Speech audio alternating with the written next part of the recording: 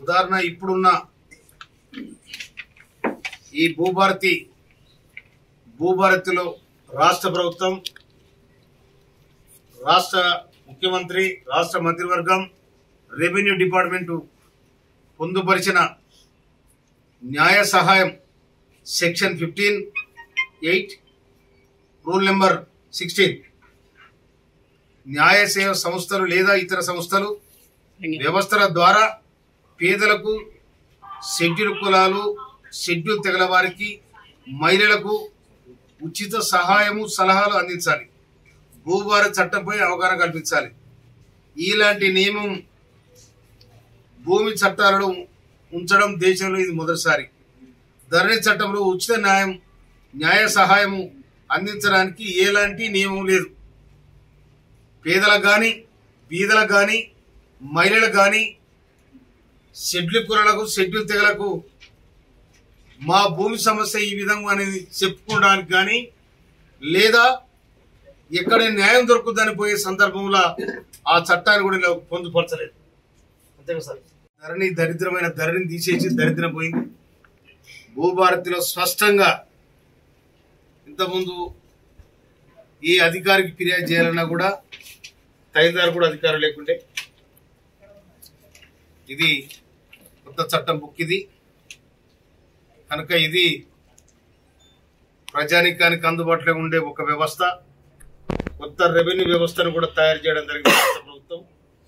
దాదాపు 1 సంవత్సరం పాటు దీని మీద సుదీర్ఘమైన చర్చ చేసి దీంట్లో ధరణిలో ఉన్న లోపాలు ఏతున్నాయో అన్నిటి కూడా ఎత్తి చూపుతూ దానికి విరుగుడుగా ఈ పనులు చేసుకోవచ్చు అని కూడా క్లియర్ గా చెప్పడం జరిగింది. 18 పేజీలు. యజమాన్య హక్కుల నిర్ధారణ కోసం మాత్రమే సివిల్ కోర్టును ఆశ్రయించాలి. యజమాన్య హక్కుల నిర్ధారణ కోసమే సివిల్ కోర్టును ఆశ్రయించాలి. రికార్డుల సవరణ కోసం సివిల్ కోర్టు వెళ్లాల్సిన అవసరం లేదు. ధరణి చట్టంలో అన్ని రకాల సమస్యల పరిష్కారానికి కోర్టుకు వెళ్లాల్సిందే. ఇప్పుడు మనము మన దగ్గర ఉన్న సమస్యలు అవుతున్నాయో అవి క్లియర్ గా తహసీల్దార్కు అప్పీల్ చేసుకోవచ్చు, లేదా ఆర్టీఓ గారికి అప్పీల్ చేయొచ్చు, లేదా కలెక్టర్ గారికి అప్పీల్ చేయొచ్చు. అక్కడి నుంచి మొత్తం కంప్లీట్ అయిపోయింది. ఇక మళ్ళీ మనం కోర్టు పోవాల్సిన అవసరం లేదు. అంతేగా సార్ ఆర్టీఓ గారు? కనుక ఈ విధమైన ప్రజలకు అందుబాటులో ఉండే విధంగా రేపు బీఆర్ఓ వ్యవస్థను కూడా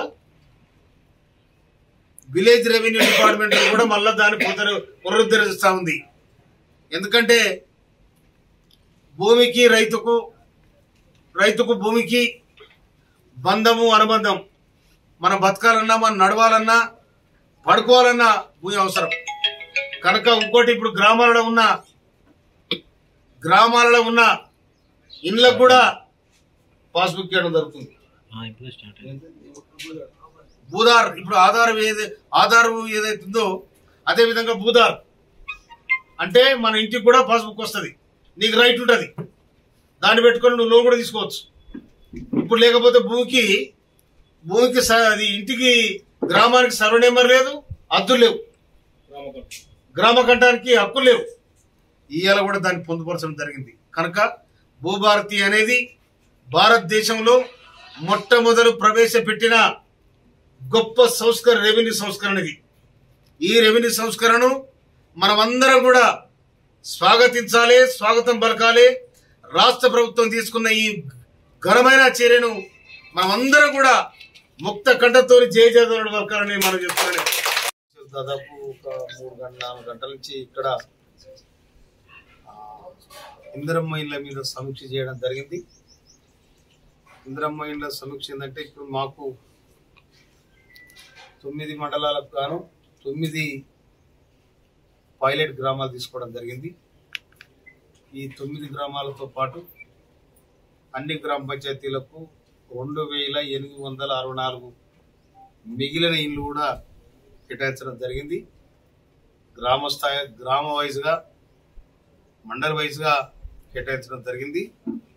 దానికి ఇక్కడ నోడల్ ఆఫీసర్ ఉన్న డిపిఓ గారు వారు సమీక్ష చేయడం జరిగింది. కనుక రేపటి నుంచే ఇంతకుముందు ఏదైతే పెండింగ్లో ఉన్నాయో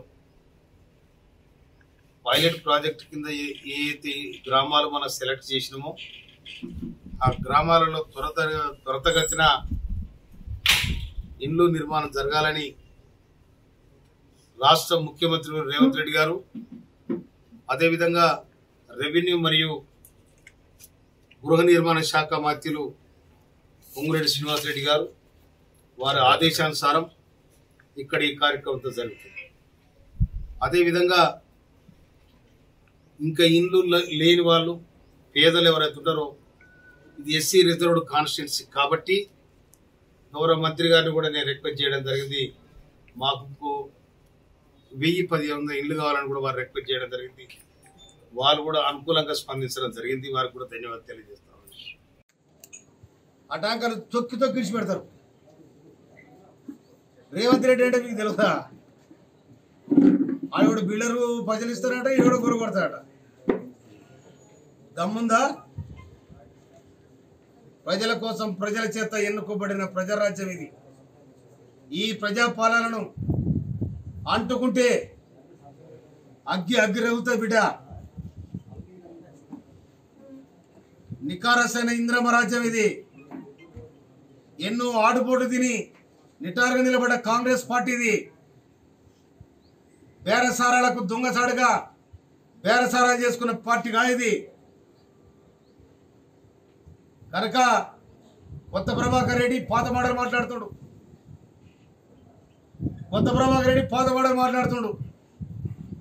ఏదనండి కొత్తదనం కూడా చూపాడు. కానీ బిల్లర్తో మిలకతాయి రేపు వరంగల్లో జరిగే మీటింగ్ల కోసం సందర్భం చేస్తానికి ఈ దండ నడిపిస్తానికి కొత్త ప్రభాకర్ రెడ్డి ఎన్నడూ వచ్చిన బీఆర్ఎస్ పార్టీలకు.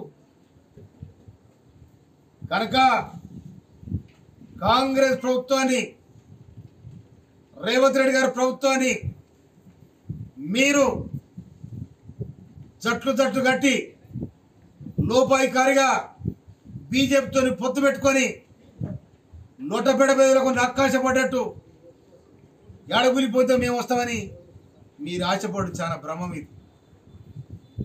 ఇక్కడ ఒక మాజీ మంత్రి ఉంటాడు.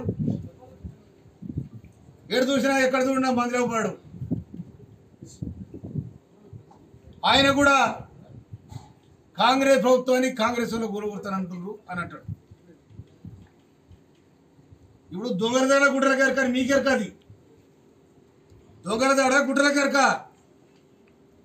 ఎవరెవరు సోపది పెట్టుకురు, ఎవరెవరు బంధం పెట్టుకురు, ప్రభుత్వాన్ని బదనాం చేయాలని ఏం చేయగలుగుతారు? ఏంతోనైతే ఇది ఇలా భారతదేశంలో సన్నబియ్యం పంపిణీ ఎవరు చేయలే. ఆ పేదవారికి పట్టడన్నం పెడతానికి ఇలా రైతుకు సన్నబట్లకు బోనస్ ఇచ్చి బ్రహ్మాండంగా అదే బియ్యాన్ని కొని 49 రూపాయల 11 పైసలు కొని ఇవాళ పేదలకు మోడీ ప్రభుత్వం, అమిత్ షా దుర్మార్గమైన ఎత్తుగడ. రేపు ఈ దేశానికి బీజేపీ పతనం కాబోతా ఉంది. రాహుల్ గాంధీ ప్రధానమంత్రి కాబోతా ఉన్నాడని చిల్లరేశాలతోని ఈడీ కేసులు పెట్టి బోడీ కేసులు పెట్టి మోడీ నువ్వు ఏం చేయలేవు. ఈడీ కేసులు పెట్టి బోడీ కేసులు పెట్టి మోడీ నువ్వు ఏం చేయలేవు.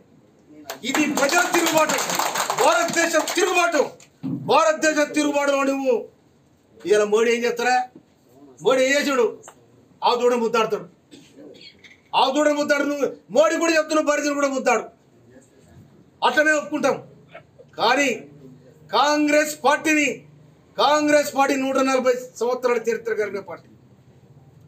కాంగ్రెస్ బీజేపీని నిలబెట్టిన అద్వాని మీరు మోసం చేసిన నిట్ట నీరున మోసపూరితమైన విధానాలతో ఇవాళ కాంగ్రెస్ పార్టీ 2004లో మన్మోహన్ సింగ్ ప్రధానమంత్రి అయినాడు. కోట్లాది మంది భారతీయులకు, కోట్లాది మంది బడుగు వర్గాలకు ఆహార భద్రత కల్పించాలి, తర్వాత పరిభద్రత కల్పించాలని చెప్పి మహాత్మా గాంధీ జాతీయ ఉపాధి పథకాన్ని ప్రవేశపెట్టారు. ఇవాళ లక్షలాది మంది, కోట్లాది మంది ఇవాళ వారికి పని కల్పించారు. కానీ మీరేం చేసిర్రు? మీరు ఏం చేసిర్రు? జెండాల పేరు మీద, మతాల పేరు మీద, కులాల పేరు మీద మణిపూర్లో ఇవాళ మంట పెట్టిర్రు. మీరు మణిపూర్లో మంటలు పెట్టిర్రు. పశ్చిమ బెంగాల్లో బేరం చేస్తూ ఉన్నారు. మీరు పశ్చిమ బెంగాల్లో బేరం చేస్తూ ఉన్నారు. అందుకనే మమతా బెనర్జీ మిమ్మల్ని తొక్కి తొమ్మలాడుతూ ఉంది అక్కడ.